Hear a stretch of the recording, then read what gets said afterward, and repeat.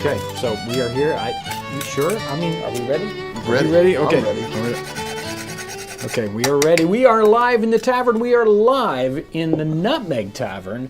And yes, I have the coffee man himself, Ryan, along here helping me out. Yeah. If you call that helping me out today. Today we're doing one of the Let's Shopping episodes that we usually do either right after Thanksgiving or the weekend after that. So this is that time of Right on year. time. Right on time. Yeah. So we're going to talk about shopping in the 18th century. We're talking about products that Townsend sell. We're going to talk about coffee. You got any special coffee deals going on? I have the code that I was supposed to program for today. Is it not programmed? I forgot, but I will as soon as we're done with the live stream. So don't use the code. Don't use the code until like 10 minutes after the live stream. Then it'll be perfect. Wow. Okay, so you'll talk about coffee. Yeah. Is there anything else we need to go? Is there anything else we need to talk about? No. So what was the video that was last week on Sunday? Was it the last of the soldier ones? It was the soldier cooking with soldier stew. Yeah, soldier stew. I think which one is coming up next? So Hasty Pudding is supposed to come out on Sunday. Hasty Pudding is coming up. Did you have any good luck with the thumbs? Yeah, the thumbs are good. I want to get a couple of screen grabs for some action shots just to see, because I don't know. Sometimes a finished dish from the 18th century is not so appetizing. This one looks like really lumpy glue or something. Yeah, it's not the best. It was actually, it was the first time I fixed it like that, and it was really good. What did you do differently? I followed the directions. Good.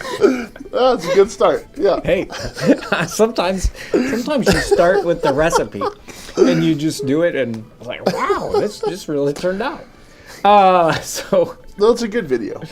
Yeah, I did a fun video this week, like really fun, and it was a stuffed piece of beef, and then I tied it all together and roasted it over the fire, and it was one of my favorite things I've ever made. So did you follow the directions? I did, to the letter. Crazy. Yeah. So sometimes it works. Hey, thank you, Farmer's Wife 51, for more Townsend's gift memberships.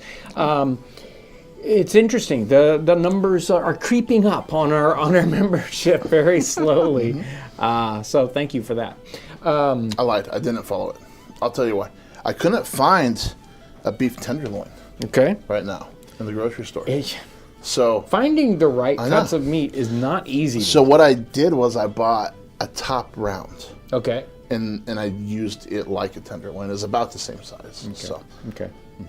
So very good. Probably a little tougher. But. Hey, probably wouldn't be any tougher than their meat back then. So let's jump into some of our slides. Unless there's anything else I need to talk about real quick. I'll remember whatever I'm supposed to talk about later. So. Sure. So we've got some slides that are just related to kind of shopping, and some slides that are specifically related to some of the products we sell, and then some that are shopping again. So here we go.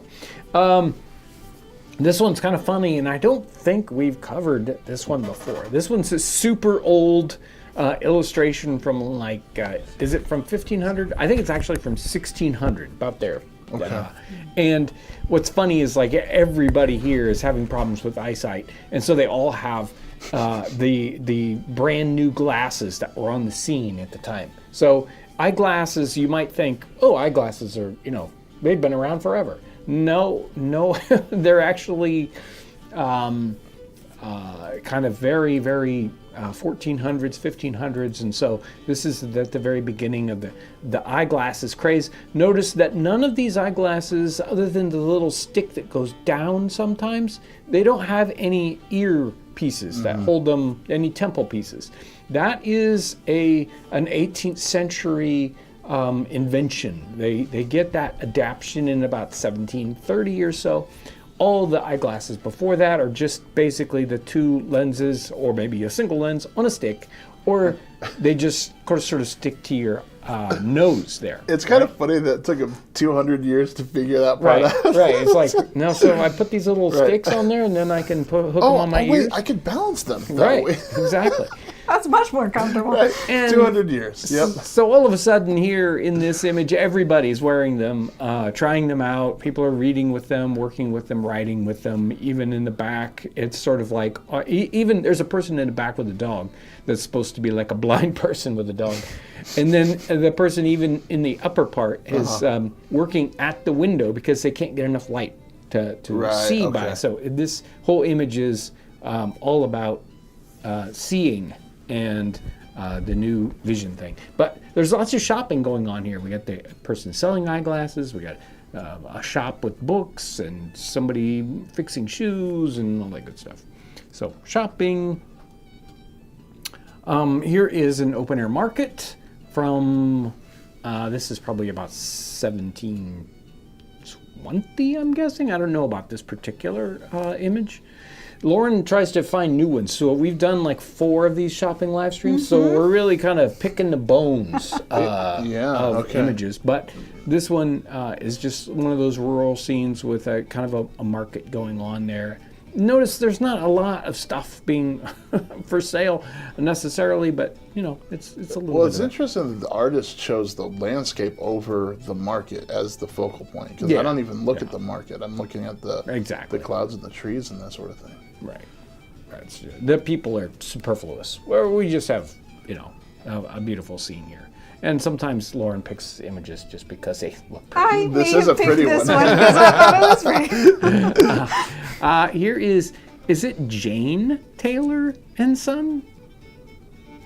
I don't know what that first name looks like.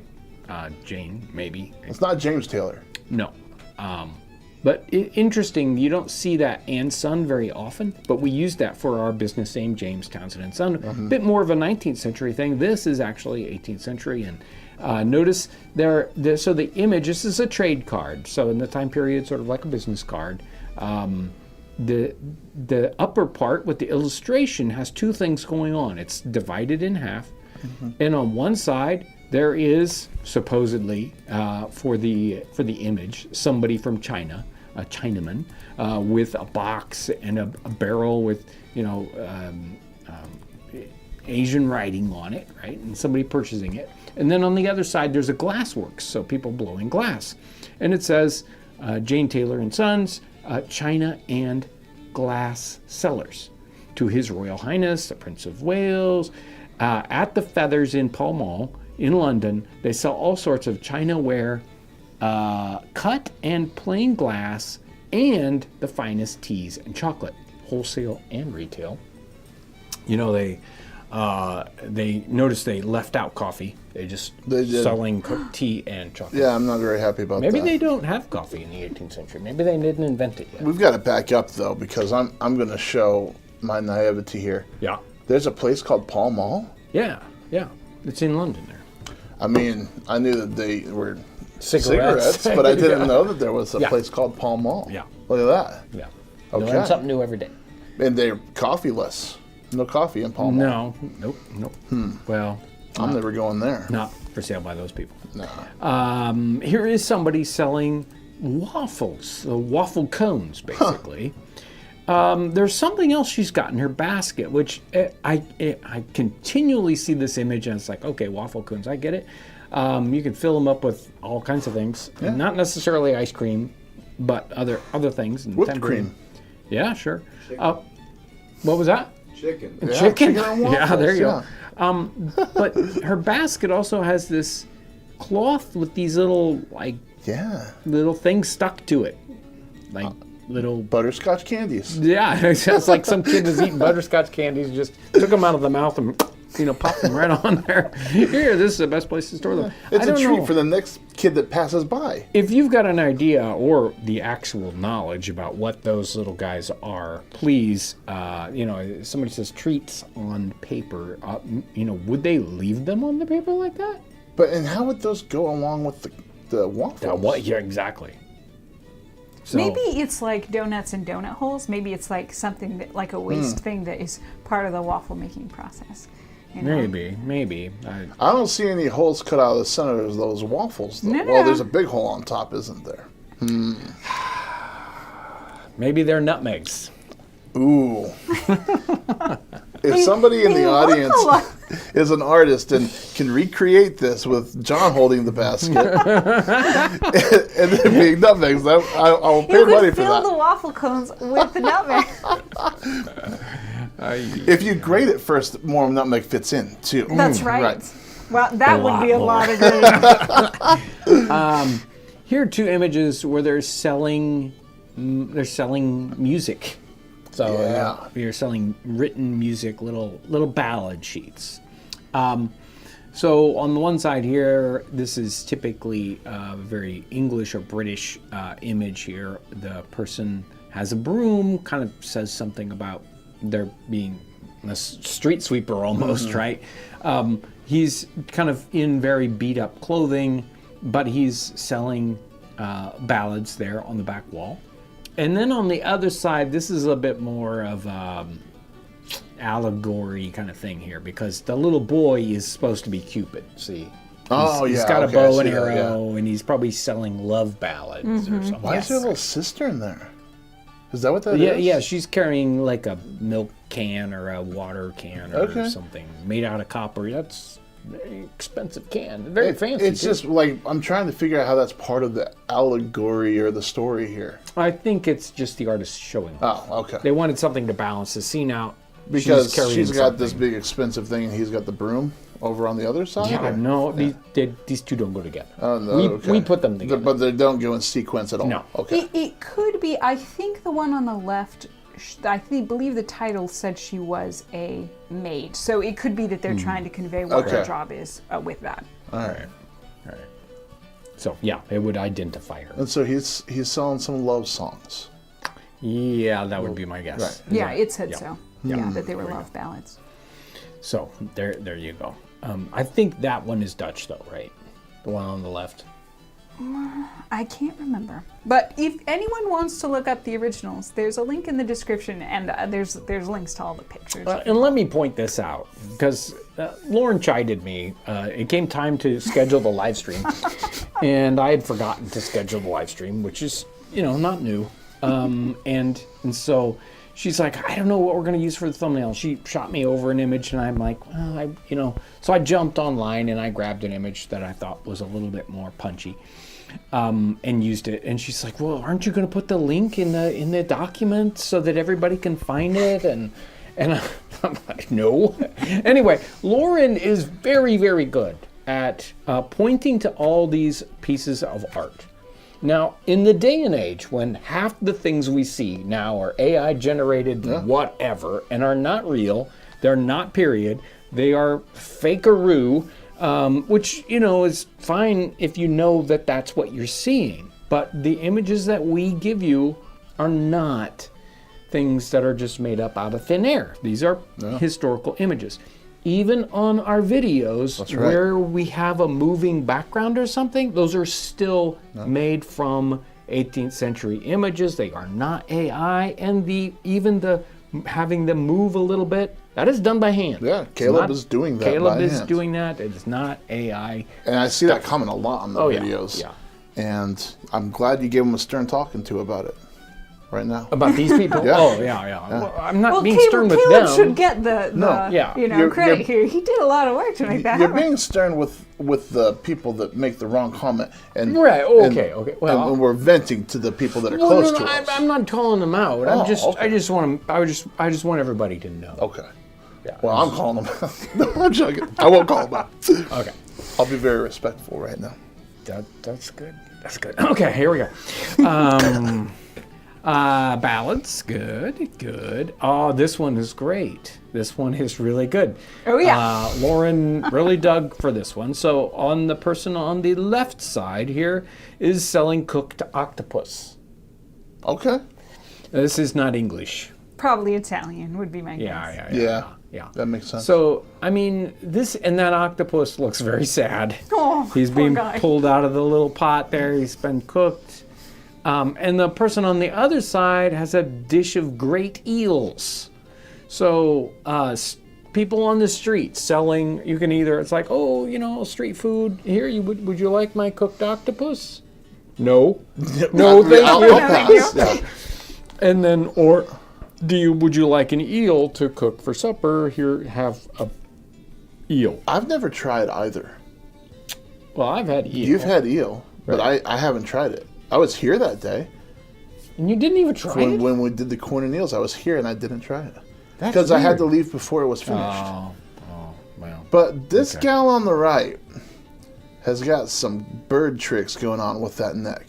Like, this is, like, it really took me a second to figure out what was going on here. That she's She looking is- back over She her has shoulder? turned all the way around.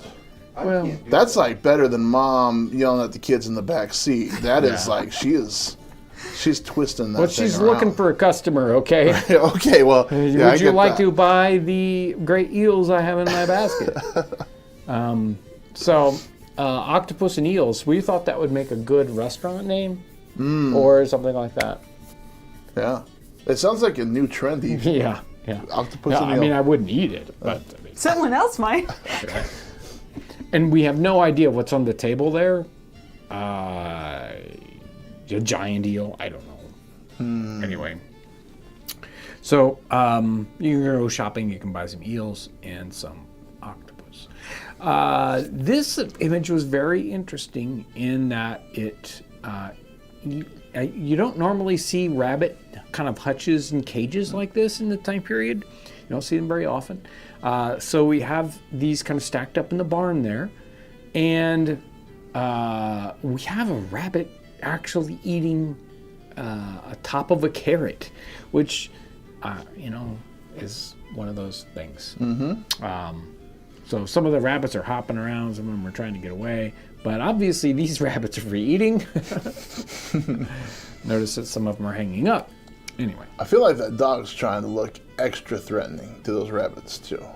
He's keeping them in line. I mean, he's got a stern look about He him. sure does. You'd think those rabbits would be freaked out. Yeah. But whatever.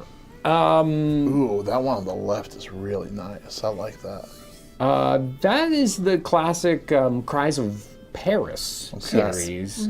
So from the middle of the 18th century, and she's got a basket of, these are probably very low-end kind of pottery pieces, easy to break, and fairly inexpensive in the time period. And you just carry a basket to market. And then the other character here on the right-hand side has got onions, right? Those are onions. Yep. So you can, Oh, I thought it was garlic. Okay. yeah, well, and onions and garlic kind of go together in the time period for that. So he's probably French, or it could be an Italian one. Not the same kind of, in England those would be looked down upon a bit more. Although obviously he's kind of on the lower level of the economic status there. Any street seller is obviously, but You're wondering if those onions are just for show. He might be selling something different. no, he's selling. But I think he's selling a whole string of onions. Whoa. Like, Quite likely. and not just. It's not like you would buy one onion. Okay. So. What are those situations where like, well, I don't want like one. He's like, can't do it. Yeah, can't do it, man. You buy it all, or you buy nothing. I've never seen walls on the side of a pack basket like that either. Is that a pack basket? Yeah, it's like a giant pack basket, and a lot of times you'll see them with the back that goes way up. Yeah. But the sides that kind of hem it in, no, you don't see that nearly as I much. like that though, and it makes sense because even if you were just kind of like walking and selling and kind of have things dangling right there possibly Yeah. or something, that's neat. And it But would be heavy. Yeah, I mean, that's right. going to be a heavy basket. especially for her. Well, I'll bet you that a parent has yeah. just left her with the basket. It was my. I know, my Lord. my quick approach at the joke. Yeah, and chamber pots too. Yes, you could sell definitely all the things you need. This is a street image. We have stalls. We have some stalls with a little roof over them. We have some street sellers that just have a couple tables out there, and some people just walking and selling items. This is obviously very early with the clothing here. We've got probably around 1680 to 1700. And the streets are made for this sort of thing. People come out and people can't necessarily afford to have a shop. Sure. But they can. There's open air markets and areas where you can come and sell items. I don't know if they charged or not, but it probably wasn't a big deal. So that's part of what's going on here. And one of the things you're going to see while you're shopping are quacks and mountebanks selling patent medicines or taking teeth out or whatever. So that's very, very common in the time period. We need more of that. I think so. Yeah. We need more of that. I'd kind of like to be that quack. I think I'd do a good job at it. I think you could be a heck of a quack. Thank you. I feel good about that. I think you could really develop the patter. Mm-hmm. Yeah, I'd get there if I had to. Yeah. If you had to. No, you're already there. This one, his name is Bray, right? Yes. Bray. This artist is very, very fascinating. You just do not see very many English artists of the time period that do I saw this and I just painted it. Yeah. Right? So sort of a scene as whatever. Kind of ahead of his time because that really caught on, but yeah. So he did some of the images we've used for naval things, which you see very, very few naval images of shipboard life. Mm-hmm. He is one of the very few artists who did that. And here we have, he's drawing this image from the window of a coffee house. So this is what I see out the window of the Navy Coffee House at Portsmouth. So we have, kids playing on the street. We've got people selling items here along the side of this one building. We got this huge, tall little hay wagon carriage on that one side. Just people walking around on the street too.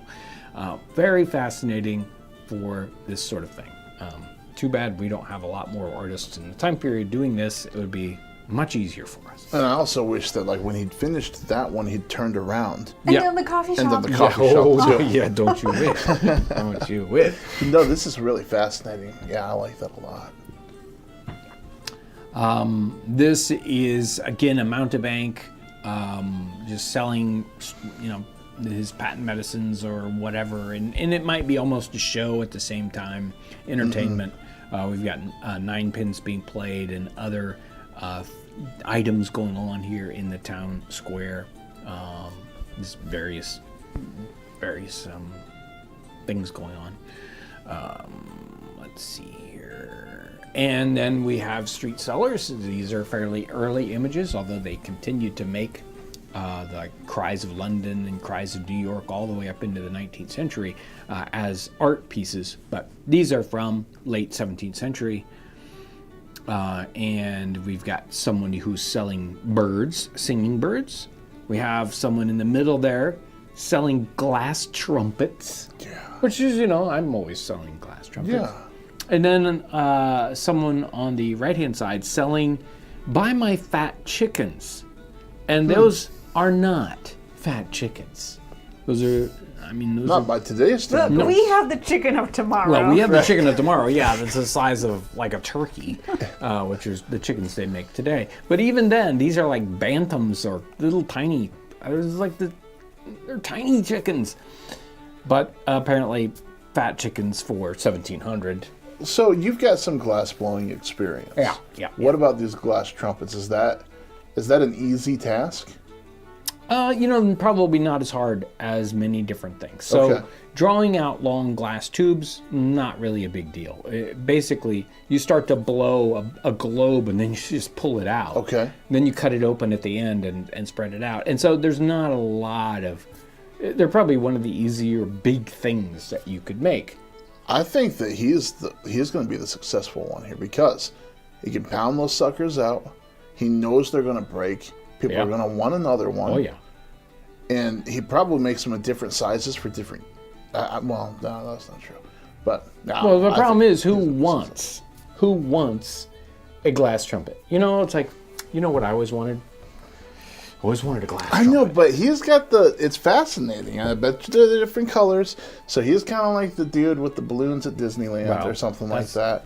You don't need one, and you don't know that you want one until you see them. as gifts at Christmas for people for someone who has everything, right? Yeah. Like if I'm going down the street, I've never thought a day in my life about a glass trumpet. But if I see one, I might be going home with it. I can see that. It's probably just ever so slightly overpriced for what they are. That's right. The person's not going to think about that till too late. And then I'm going to put it in the car, and the kid's going to move the seat back, and it's going to break it. I'm not going home without a glass trumpet, so I got to go back and see him. Yep. Can you imagine though? In the car. Like you get home, and then you're like, "What? Why? Why did I buy a glass trumpet?" On my way home, I'm going to think about this actually. Yeah. And I'm going to turn it into, darling, I bought you this vase, and it has a hole in both sides of it. Sorry about that. Sorry, darling. I thought that I had a nice gift for you. Yeah. So here we're going to talk about some of the things that we sell. So it was kind of funny. Ivy put together some of these. She went looking in newspapers of the time period for the items that I kind of picked out. So here on the extreme left-hand side is Hugh Wentworth, and he is selling here in his house in Portsmouth all kinds of broadcloths, and he's got blankets, and if you keep reading, it's like cloth. Then he's got some hats and gloves and threads, and so more like clothing related stuff. Finally, he's getting down to shoe buckles, and then pens and jackknives and scissors and combs and bobbins, and then at the very bottom, he's got cinnamon and pepper and currants and nails. He's got 10 penny. He's got 40 penny nails. You know how big a 40 penny nail is? Right. It's like building boats. It's a giant nail, right? So he's got twine and nails at the very bottom. And then here we go, to be sold by Peter Pierce at his shop near the parade. He's got broadcloths and trimmings and serges and blanketing. So just basically super thick fabric. That knotted rugs, those are probably, those might be rugs. Stockings. We've got more fabrics. Felt hats, spelled with 2 T's, love it. Buttons, nails, and beer by the barrel. And go with your 40 penny nails. Right. And he's got 2 or 3 pair of wild geese, if you want that. But there are some alpaca blankets that we do offer here on our website. They're super. You've seen those guys. Oh, I've slept under these guys. Yeah, absolutely. Very, very super soft and. As far as like when you're at camp and the sun's gone down and it just starts to get a little chilly, but it's not super chilly. Yeah. They're the favorite for our family because they're not so heavy that they get like cumbersome or whatever. But the kids will just throw it around. They're very lightweight. Well, just packing them, if you're handling them for too long, your hands start to sweat. Getting a little too toasty. We do have other blankets available right now? Yeah, I put a link to the whole collection of the blankets and bedding and bed covers and stuff. So lots of that kind of fun stuff on our website. So here we have the letter sealing set and the Memento Mori ring. So in the time period, writing letters and sealing them was very, very important. So there's one of the seals. Which one is that? It's a W. And Watson. Sealing wax. And sealing wax is not like wax. So we think of sealing wax and we think, like candle wax, beeswax. It's really more like a shellac. Yeah. And very hard, very brittle. Yeah. But you want it to be that way. So if someone breaks the seal, you can tell. Like with candle wax, you could redo the seal and nobody would know your letter was open. So special candle wax, or special sealing wax and seals, and the Memento Mori ring is meant to, I don't think I've got one here. I left it over here. Would you like it? No. Okay. It's all right. A ring to impress in your seal that you would carry around all the time. So, I used to wear one of those a lot. The cabin, I think the cabin project, I really bent the heck out of it. Oh, yeah. So they're nice and sturdy, but don't go beating them with a hammer. No. Or an axe. No. So there's the Memento Mori ring, and those are sterling silver. And the sealing wax set has a pewter seal on the bottom of it. Those we cast, and handles we finish. We do all the letters of the alphabet for that, don't we? Except for C. Except for C? That's right. Why is that? Because it's mirrored, and it's mirrored wrong. So, and someone doesn't want to redo So, them all. unless your last name is Chapman, you're okay. Right? That's really weird. Okay, I didn't know that about the letter I didn't either. Too bad for you. Here we have the an auction, and they're selling items like crockery, and they also have boxes of hard soap along with chocolate and cups. Maybe they're chocolate cups. Coffee? No coffee. Sorry, bud. And they're also selling the place with the lot with with fireplaces and a good oven and everything. Let's see, in Charleston, South Carolina, and Georgia, the sloop has barley and not sure. Let's see, they have for sale hams and flour and middlings, which is like not great flour, ship's bread and cotton and hoops and soap, along with green coffee in bags. There we go. So unroasted coffee. You can soak your ship's bread in that. Yeah. I didn't know that ship's bread, like buying that just from a grocery store, was a thing that, or in that sort of situation. Yeah, you would buy barrels of it. So, but like just people would not yeah, like sailors. Just regular people could. Okay, sure, yeah. And let's see, for sale or auction down here, they've got 12 boxes of turpentine soap. I don't know exactly what turpentine soap would be like. So we've got hard soap, Castile soap, and turpentine soap, along with household soap or household furniture soap. I don't know what I think it's soap and household furniture, etc. I always liked the smell of turpentine. I think that it'd be a nice soap. Well, you're weird. It's still soap. Yeah. Right? Right. Like tar soaps. Have you ever seen the tar soap? Yeah. Okay, you want to drop out for some, some Mm-hmm, questions? Oh. Okay. All right. Let me go back to the top of my list. Okay, so we had just a donation from the Waits Experience early on in the live stream, and then we had the gifted memberships from Farmer's Wife, and then we had gifted memberships from Max Are Cool. Thank you. Oh. And then some from Twisted Brains' Fishing, and also from Joshua Schultz. So thank you, everybody. Mm-hmm. Nice. And then we have a member comment from Shaneth. Great to see Ryan back in the tavern with you all. Yes, Ryan. I'm excited about that. And then there's a question from Hunter. Would you please explain what broadcloth is? I've seen it mentioned in the context of the uniforms in the Aubrey and Maturin series. Yeah, so I mean there are probably a couple of different definitions of broadcloth, and I don't have the the classic definitions straight up in my head for what's really going to be what they mean in different contexts. But in the context of Aubrey and Maturin, the broadcloth is a wool fabric that they're using for the uniform coats. So it's going to be fairly thick and probably of highish quality.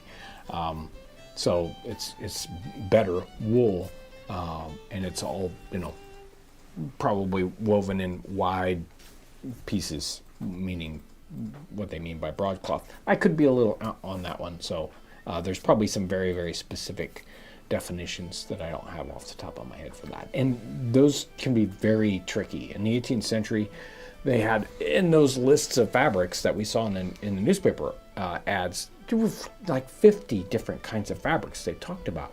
We don't really talk about fabrics as much today. We have a lot of different kinds, but we don't know the names of them. But in the industry, it's like, oh, that's a galloon. This is a this is a that, right? And in the time period, that was very, very true. And they all meant very specific kinds of fabrics. Well, it makes me wonder if there's like a nomenclature that changes geographically as well for Probably different. And over time, the meaning might shift. So Right. one Like name, Osnaburg is a perfect example. Like when I moved down to Kentucky, and this is like not the same thing as fabric, but everybody was talking about toboggans, and they mean hats, right? So Really? a wool cap, like what we sell and what we'll wear, they call those toboggans.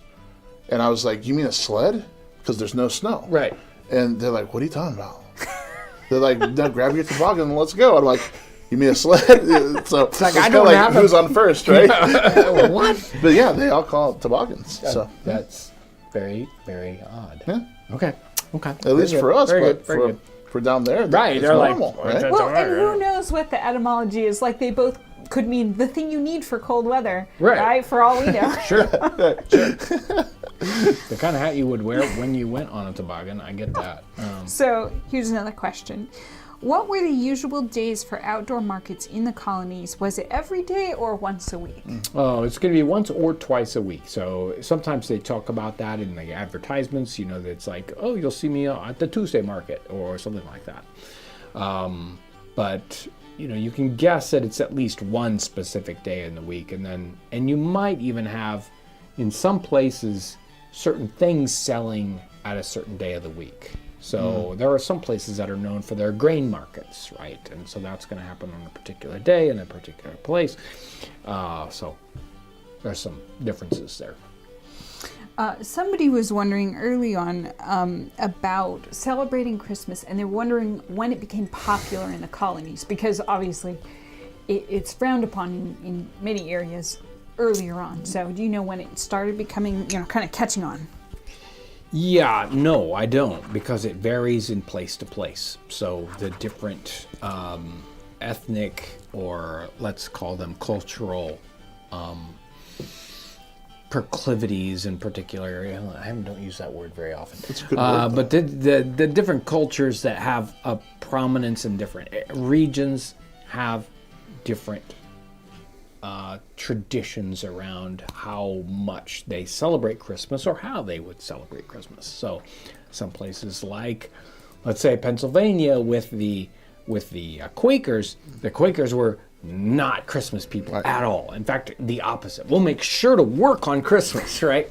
Just because. But the Pennsylvania Dutch, or the Dutch in that area, were much more Christmassy oriented. So there's a clash there between the two. Even though there are a lot of things that are very similar about the two cultures, that's one thing where they clash. And you're going to find more Christmas traditions down in Virginia than you certainly would in New England. So there's a lot of differences. And so, where that happens in time is going to change. So it's really hard to answer that question just with a big generic It's answer. almost easier to answer that question if you're just looking at Europe. Yeah, Because individual countries are doing different things, but it's all coming together here and divided in strange ways. Yes. I don't know if I answered that very well, but that's what I've got for you. Okay, I think we're all caught up. I wish it was easier to answer. We're used to these it's easier to answer these questions today because we have a much more homogenous culture. At least we know about what's happening in different parts of the country. Well, and today also, we would have a simple answer like, well, some people do and some people don't. Right. But that's not acceptable when you're trying to figure out Yeah. what was actually happening within different sects of people in the time period, because it's more interesting than it is just now with our neighbors. Right. Exactly. Okay. Okay. Every week I try to get to the brand new and renewing YouTube members and Patreon folks. And of course, last week we did a marathon, so I couldn't do that. So, new and renewing YouTube members: Moose Mountain Woodworking, Cheeseburger Stick, Ashley LeCount. That's a name we've known for long Years, past. yeah. Chris Burnis, it's Burris. I don't have much light here, so. Dennis Ponce. There's the Bat Idea Lab, Melon AZ, Wesley Anderson, Game Arlu, Rita Greenewalt, Master 961, Ribbons, Honor 99. No, it's Onan 99. T Chambers. There's the G-Man Adge, Cake Boy Rip, Kimberly Benton, Dick Combs, and Dick also shows up down in as a new Patreon person. So thank you. And then there's Jinkies as new Patreon, and James Kerwin. So thank you for being very, very generous and supporting us in those very direct fashions. Tell us about coffee, Ryan. I like it. Okay, next. So Townsend's carries, I'm trying to think of, I think you guys carry 4 blends here, if I remember right.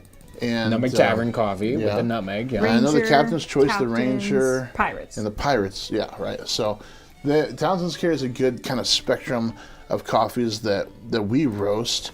So the lightest one would be the Nutmeg blend. And it does pair really well with nutmeg. It does a great job with that. It's nice and pleasant to drink outside of nutmeg if you think that's a little strange, but it's not. Captain's Choice and Pirate's Blend are both, they're kind of these kitchen sink blends where they've got a lot of different things in them, but they're roasted at different temperatures too. So they're both blends that are kind of double or triple roasted and then maybe even quadruply blended. Right, it's kind of crazy. Sounds complicated. Right? So, but what that does is it gives you a balance of flavors. And so the Captain's Choice comes out as a medium, but it's a blend of dark and light. And then the Pirate's Blend is the same idea, but it comes out a little darker. So if you like dark coffee, Pirate's Blend, from what Townsend's carries, is probably the best thing to go with. And then Ranger Roast is kind of your middle of the road, bright, medium coffee. That's an all-day drinker, and it's probably our second most popular, and Captain's Choice is the most popular for sure for Blue Lion. But I think for Townsend's, the Nutmeg Blend is probably the most popular. Right. Yeah, it's only recently with the tea episodes that I've done that I really run onto more information about specifically blending of teas. And I'd be interested to see what we could really find about the blending of coffees. I don't know that it would be as easy to find. I can guarantee that if they're doing it with tea, they're probably doing it with coffee, but we just don't know. You just see coffee, Yeah, They don't really talk about light roast or dark roast or where it's coming from. They just say coffee. When you're talking about, so when they talk about coffee roasting, they talk about the signs that you know that you're finished with it, right? And all of those indicate that they really only drink dark coffee. Really? Yeah, because they'll talk about roast it until the liquor comes out of the bean, or they'll roast it until it sweats. Oily, right. And coffee does not get oily until it's gone through second crack, typically. Right. And second crack is when you're getting into dark territory. Really? There's just like no two ways about it. So they wanted all that flavor. Yeah, They wanted right. it to be burnt up. I don't know if I've ever seen a reference to coffee that was roasted. When they're talking about how to know when it's finished, it's always dark. Interesting.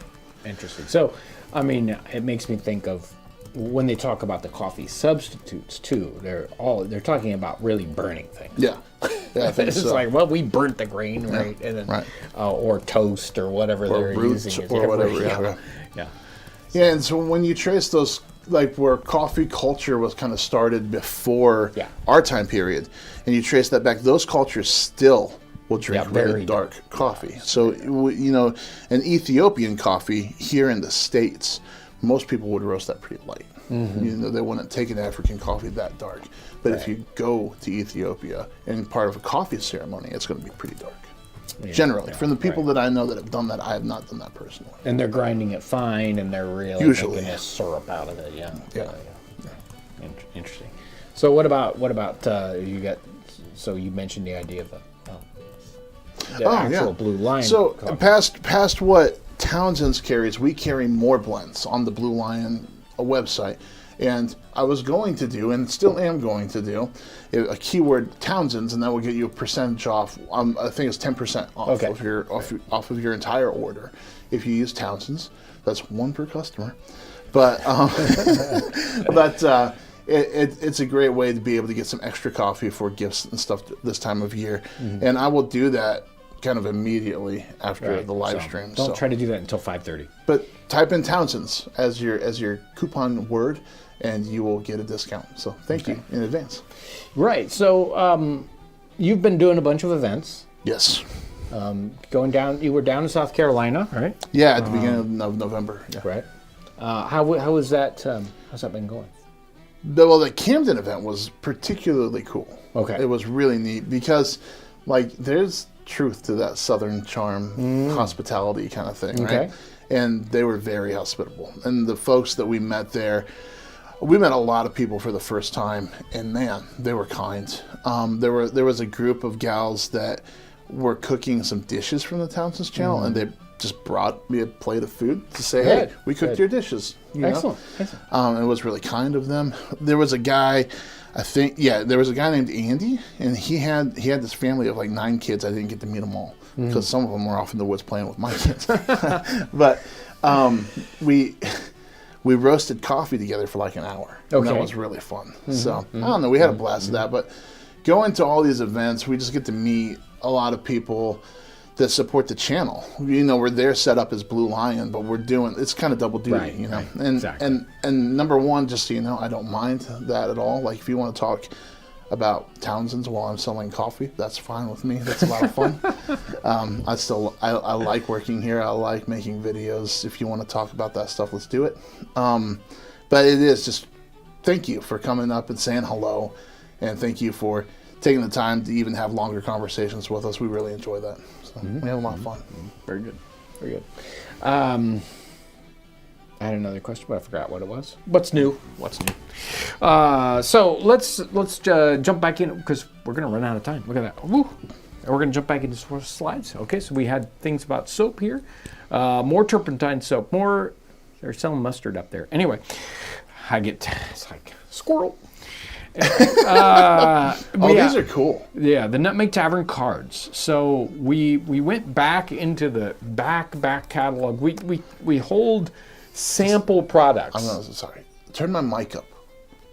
Ready? Up. Yeah. This is up as I can go. Okay, ready? So there are the Thompson cards. Okay. They sound good, don't they? These are good shufflers. Right. So way back in the day, probably in the late 90s, we had playing cards that were printed fairly locally, but in a period kind of paper, right? But we decided that for the Nutmeg Tavern, we wanted actual modern playing cards that looked like 18th century playing cards. Right. So they've got the Nutmeg Tavern logo on the back. They feel right for modern playing cards. Right, but you can actually play cards with them. So we have both the modern playing cards that do have the similar kind of art, the art based on the Diderot's Encyclopedia cards, and then we have more period playing cards on more period kind of paper. Now these are the more of an English style, I believe. No, maybe they're French too. They call these French also. So we have both kinds. So you can get ones that are very, very period on more like period paper. Yeah. And then blank on the back versus the Nutmeg Tavern playing cards that have the Nutmeg Tavern logo on the back and then modern playing cards. And they pass the shuffle test as well. They're very easy to shuffle. Good. But yeah, I like both of them. I've played lots of games with both sets of these cards. There we go. So playing cards are available. Sorry, I know I interrupted you, but I was really excited to get that shuffle audio in there. I had to do it. You just had to do it. Okay. So Ivy was running through newspaper advertisements for some things, and then she found this one that basically had it all, right? So she's like, wait a minute, I'm going to put all of these products in here. So to be sold by Williams and Osborne, and they've got at 4 Continental, so this is American, for during the Revolutionary War-ish, for continental currency, hard money, or produce of the country. So you can bring in like, I've got extra lettuce. You can trade it for And what do they have? They have rum, molasses, sugar, tea, coffee, chocolate, cotton and wool, indigo, pepper, spice. I don't know what they mean by spice, but nutmeg spelled with 2 G's. I love it. Brimstone, alum, and a small assortment of English goods vis-a-vis silk and something, and men's worsted and milled caps and linens and handkerchiefs and knitting needles and pins and writing paper, etc. So Wow. she gathered up all these things that we do sell: writing paper, nutmeg, chocolate, tea, sugar, and coffee. All those things you can find on our website, just like an 18th century vendor. Lauren, is that a Lauren picture with the tea? Yes. Yeah. That's a great picture. Thank you. Yeah, I like that. And those teas, I mean, I'm drinking one of those teas right now. All of those teas are. Have you tried? Has Nicole tried any of these new teas? I don't know. She should try some of the blueberry. It's really good. Okay. And the yeah. raspberry. Oh yeah. And of Okay, course- and the chocolate. right. They're all good. Exactly. So we kind of added to our line for the holidays, and some of those are just really, really good. So there's the sugar cone and the sugar nippers. So yeah, you can get the sugar, but you really need the nippers if you're going to use it properly, I will right? go out and say that the sugar nippers are one of the best and neatest products that we sell. Right. And those, we make them here. Right, and the sugar nippers, Josh works from the castings that come in, and he finishes the snot out of them. Yes. So they don't come in looking like that at all. No, but he really does a great job on those. Right, so they get a ton of hand work. And I love that it's got the little lock on the end of the handles. It's so cool. Yeah. So there's the sugar cones, the sugar nippers, and we make the cones, and we wrap the cones, and we seal them, and Josh makes the nippers, and it's a thing. Let's see. So they're selling spices in all these advertisements. Again, lots and lots of fabrics, and then what else are they selling? So it starts off. They are selling fabrics, and they're selling hats and shoes and blankets and buttons, which we see sell.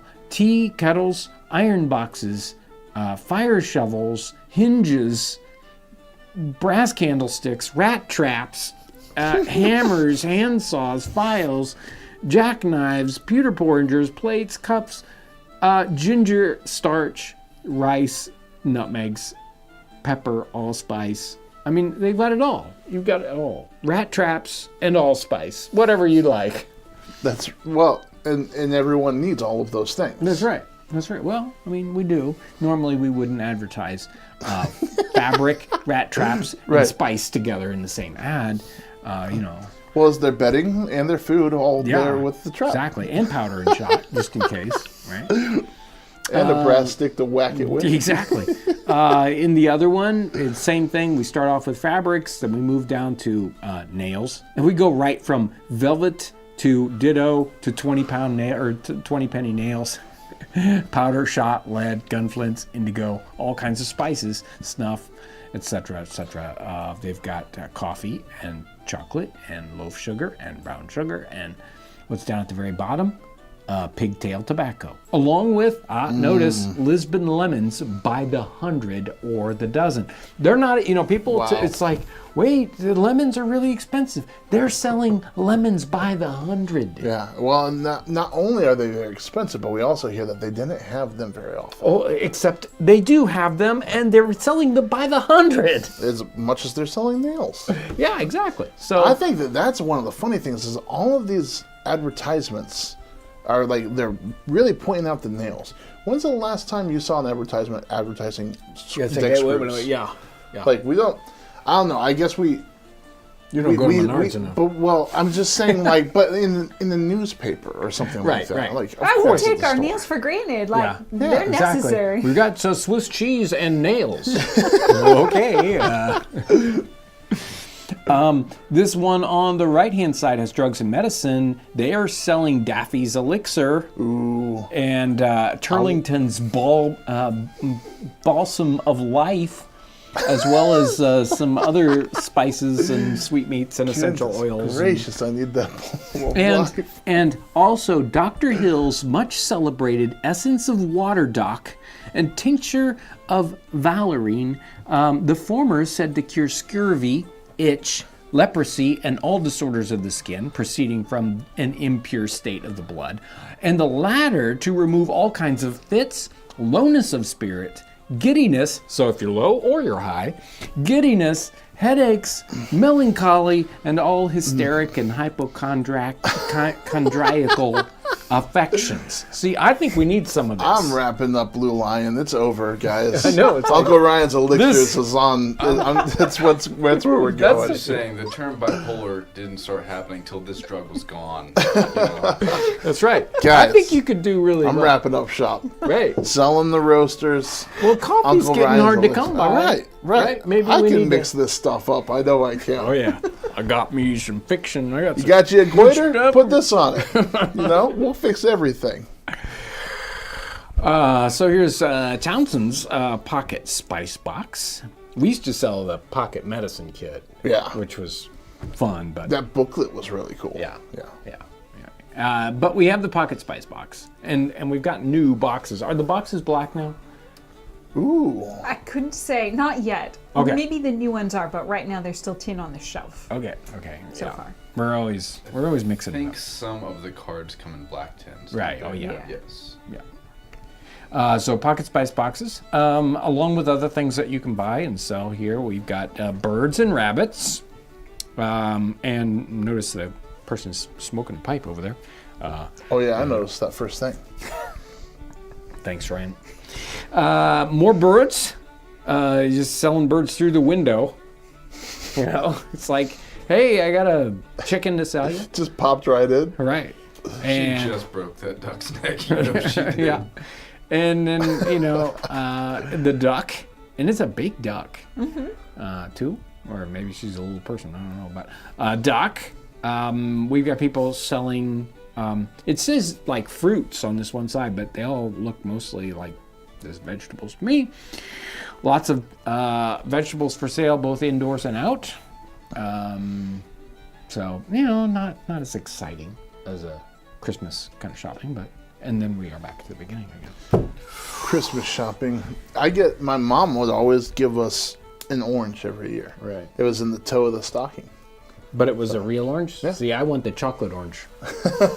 So what else do we have here? We've got items so we still have some of these little guys. Yep. We have pottery pieces, like these little, did you even see these guys? I did.